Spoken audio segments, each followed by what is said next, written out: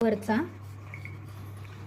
Boat neck आणि इथं खाली आपल्याला कमळाचा आकार द्यायचा आहे, कमळाच्या फुलाचा. तर इथे बघा 6 इंच घेतले उंचीला आणि असं रुंदीला 4 इंच असा चौकोन आखून घेतला आहे कमळाच्या फुलाच्या डिझाईनसाठी. आणि आता आपल्याला कमळाचा आकार द्यायचा आहे. तर आकार देताना असा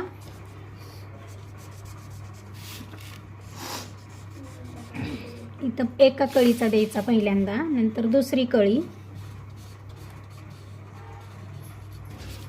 हे अगोदर असं डॉट डॉटने तुम्ही करून घ्यायच्या अगोदर कळ्या. इथे मी जशा केल्यात तशा असं डॉट डॉटने आकार द्यायचा आहे पहिल्यांदा.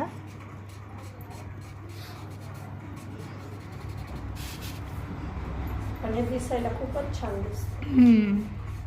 माझ्याकडे आहे सेम असं.